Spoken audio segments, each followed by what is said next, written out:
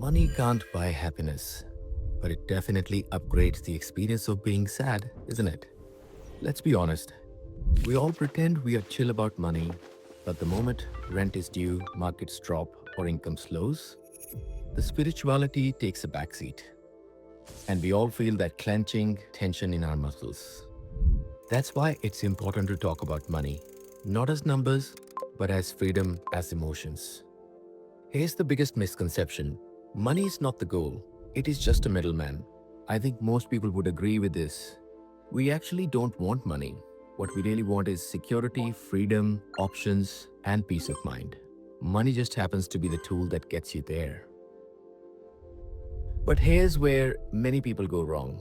They chase money like headless chickens without defining what the goal even looks like. And that's how you end up on this never ending treadmill of so called hard work.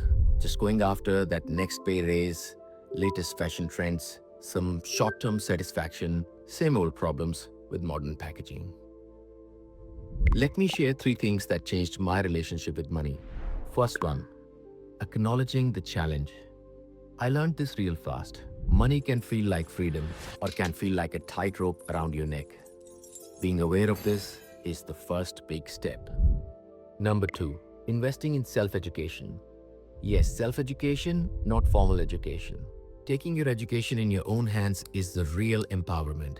And remember this: when you have deeply thought about those courses, coaching, skills you want to have in life, you will build real assets, real wealth, not just income.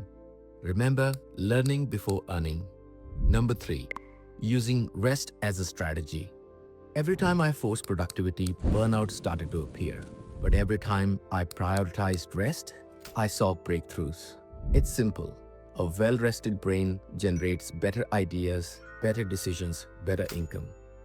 That's when I realized rest isn't the opposite of making money, it's the multiplier of your potential.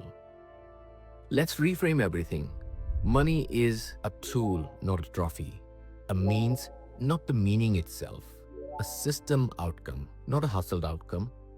And here's the powerful shift: financial freedom is not equal to millions. Financial freedom is your life funded without your daily grind. It's simple but powerful.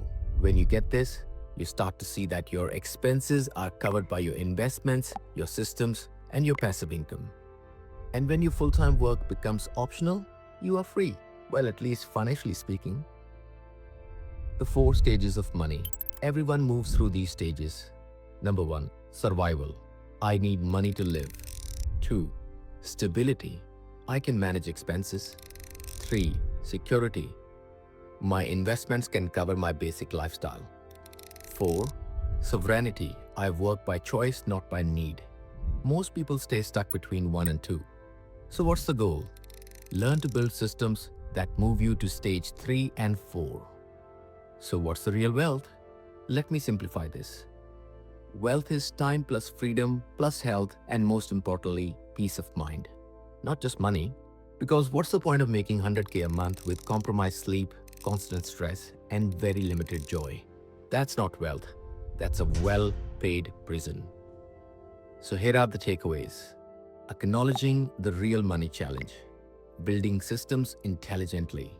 Defining your enough, your sweet spot in numbers. And most importantly, make decisions from a calm, well-rested mind. Because rested people think clearly and clear thinkers build